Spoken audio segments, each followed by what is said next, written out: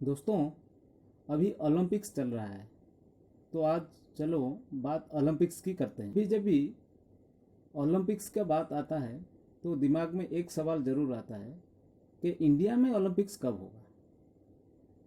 तो इसी का आंसर ढूंढने हम निकलेंगे और उसके बारे में जानेंगे।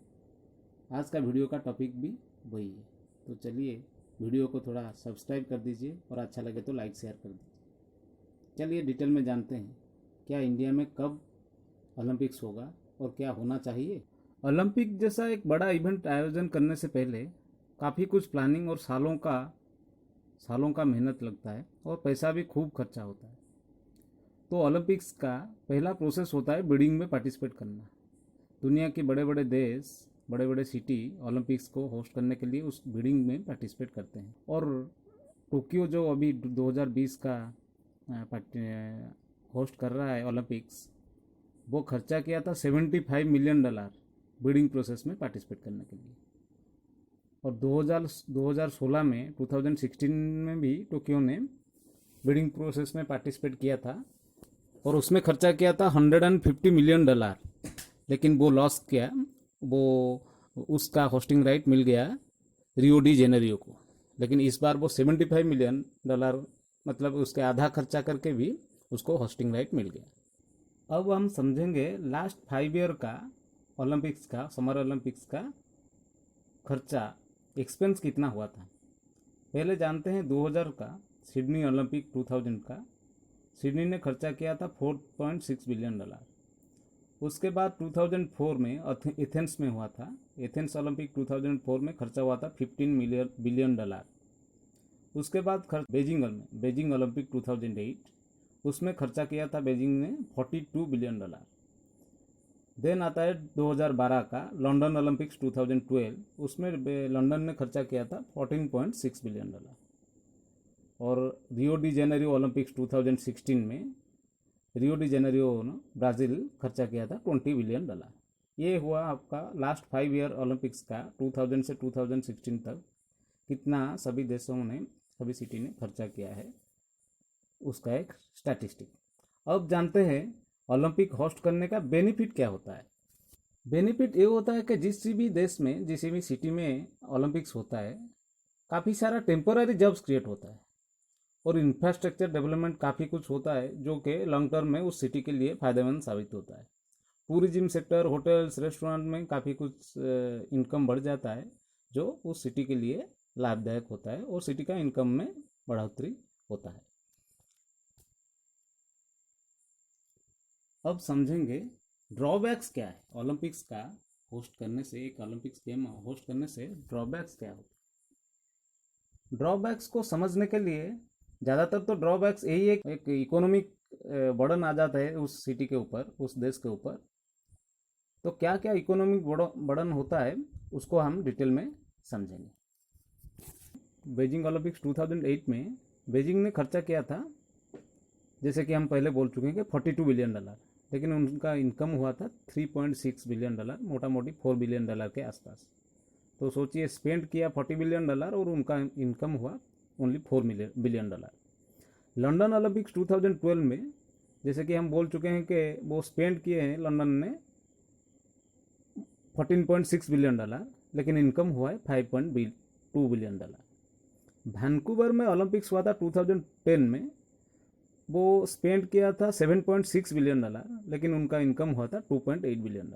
तीनों ही केसेस में इनकम और एक्सपेंस में काफ़ी अंतर देखने को मिलता है। अभी तक डाटा के हिसाब से 2016 तक लॉस एंजलिस एक ऐसा शहर है जो ओलंपिक्स को होस्ट करके प्रॉफिटेबल रहा है। और उसका प्रॉफिटेबल रहने का एक रीज़न ये है कि उसके पास जो रिक्वायर्ड इंफ्रास्ट्रक्चर वो पहले से मौजूद। तो उसका ऑपरेटिंग सरप्लस हुआ था $215 मिलियन उस टाइम पे। सिर्फ अकेला एक ही सिटी है अब तक ओलंपिक्स होस्ट करके प्रॉफिटेबल रहा है। अब समझते हैं कि डेब्ट फैक्टर ओलंपिक्स होस्ट करके कैसे बड़े बड़े सिटी और बड़े बड़े देश डेब्ट में चले गए हैं, उसके बारे में हम थोड़ा जानें। दोस्तों आपको पता होगा कि ओलंपिक के लिए जो ओलंपिक विलेज किया जाता है, वो स्टेडियम बनाया जाता है, वो काफ़ी लार्ज स्केल का होता है और उसका मेंटेनेंस में काफ़ी कुछ खर्चा होता है। जैसे कि सिडनी स्टेडियम का एनुअली मेंटेनेंस कॉस्ट है $30 मिलियन। बीजिंग का बर्ड्स नेस्ट जो ओलंपिक स्टेडियम है, उसका एनुअली मेंटेनेंस है $10 मिलियन। और कनाडा 1976 में मॉन्ट्रियल होस्ट किया था ओलंपिक्स, उसको 30 साल लगे उसका डेब्ट चुकाने के लिए। 2006 में वो अपना पे ऑफ किया डेब्ट। तो समझिए 1976 से 2006 मतलब 30 ईयर लग गया उसका पे ऑफ करने के लिए, डेब्ट पे ऑफ करने के लिए। रसिया को काफ़ी साल लगेंगे उसका डेब्ट पे ऑफ करने के लिए, क्योंकि उसको $1 बिलियन एनुअली पे करना है। 2014 में सोची ओलंपिक्स आयोजन किया था, होस्ट किया था रसिया ने। उसके वजह से उसका जो कर्ज है वो एनुअली $1 बिलियन है।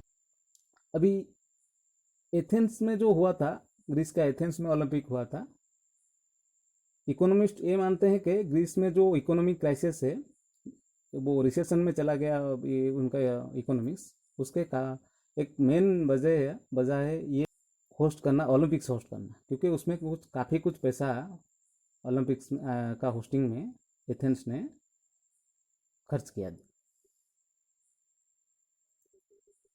जापान 2020 बिडिंग में $12 बिलियन खर्चा किया। उसके बाद वो इटाली को बीट करके 2020 का होस्ट करने का राइट उसे मिला। और कोविड के वजह से वो 2020 में होना था, एक साल डिले हो गया, अभी 2021 में हो रहा है। इसीलिए उसका एक्सपेंस एडिशन हो गया $2.8 बिलियन, ऑलमोस्ट $3 बिलियन एक्स्ट्रा हो गया। तो उनका टोटल हो गया $26 बिलियन। अनफॉर्चुनेटली कोविड की वजह से इंटरनेशनल स्पेक्टेटर नहीं है, होटल्स रेस्टोरेंट खाली पड़ा है, और टूरिज्म सेक्टर में भी कुछ इनकम नहीं है। दोस्तों आजकल ओलंपिक्स में जो हाई इन्वेस्टमेंट और लो रिटर्न के वजह से दुनिया के काफ़ी सारे बड़े देश और बड़े सिटी ओलंपिक के होस्टिंग से खुद को दूर रख रहे हैं।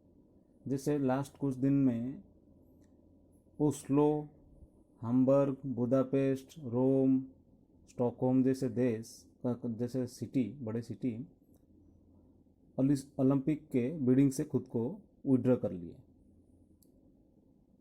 और 2017 में जो ओलंपिक के बिडिंग की प्रोसेस में रोम, बुदापेस्ट, हम्बर्ग बिडिंग में पार्टिसिपेट करने के बाद भी लास्ट टाइम खुद को विड्रॉ कर लिए।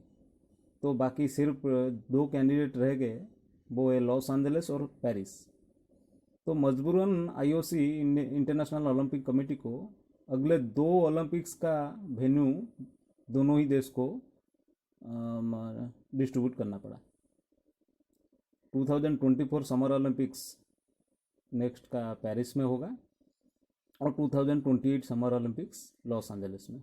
ओलंपिक होस्ट करना एक मैटर ऑफ प्राइड भी है, तो उस वजह से इंडिया भी, ऐसा नहीं है कि इंडिया नहीं चाहता है, इंडिया भी 2032 ओलंपिक्स होस्ट करने के लिए चाहता था, लेकिन वो एक स्ट्रैटेजी के तहत, क्योंकि हमारे देश में सिर्फ न्यू दिल्ली ही ऐसा सिटी है जो एक बड़ा स्पोर्ट्स इवेंट ऑर्गेनाइज कर सकता है, क्योंकि रिक्वायर्ड इंफ्रास्ट्रक्चर काफ़ी हद तक है। जैसे लास्ट टाइम हम और कॉमनवेल्थ गेम्स वहाँ पे सक्सेसफुली अरेंज किए हैं, उस वजह से अगर कुछ डेवलपमेंट वहाँ पे किया जाए तो अगले कई साल में हम ओलंपिक्स होस्ट कर सकते हैं। इंडिया का ये प्लान था कि 2030 एशियन गेम्स और 2026 यूथ ओलंपिक्स होना है। अगर दोनों का राइट न्यू दिल्ली को मिल जाए और बाद में 2032 ओलंपिक्स का right, hosting right new Delhi को मिल जाए, तो हमारे पास जो इन्वेस्टमेंट रहेगा वो स्टेडियम्स और इंफ्रास्ट्रक्चर में, उसी इंफ्रास्ट्रक्चर को यूज़ करके हम तीनों बड़े इवेंट ऑर्गेनाइज कर सकते हैं। लेकिन अनफॉर्चुनेटली 2030 और 2034 का एशियन गेम्स कतार और रियाद को मिल गया। उस वजह से इंडिया ने खुद को विड्रॉ कर लिया, और इंडिया अभी 2048 का ओलंपिक्स को होस्ट करने के लिए प्लानिंग कर रहा है। तो दोस्तों, आज के लिए इतना ही। आप क्या सोचते हैं इसके बारे में? क्या इंडिया को ओलंपिक्स जैसे बड़े इवेंट ऑर्गेनाइज करना चाहिए? आपका राय आप कमेंट बॉक्स में लिख के भेजिए।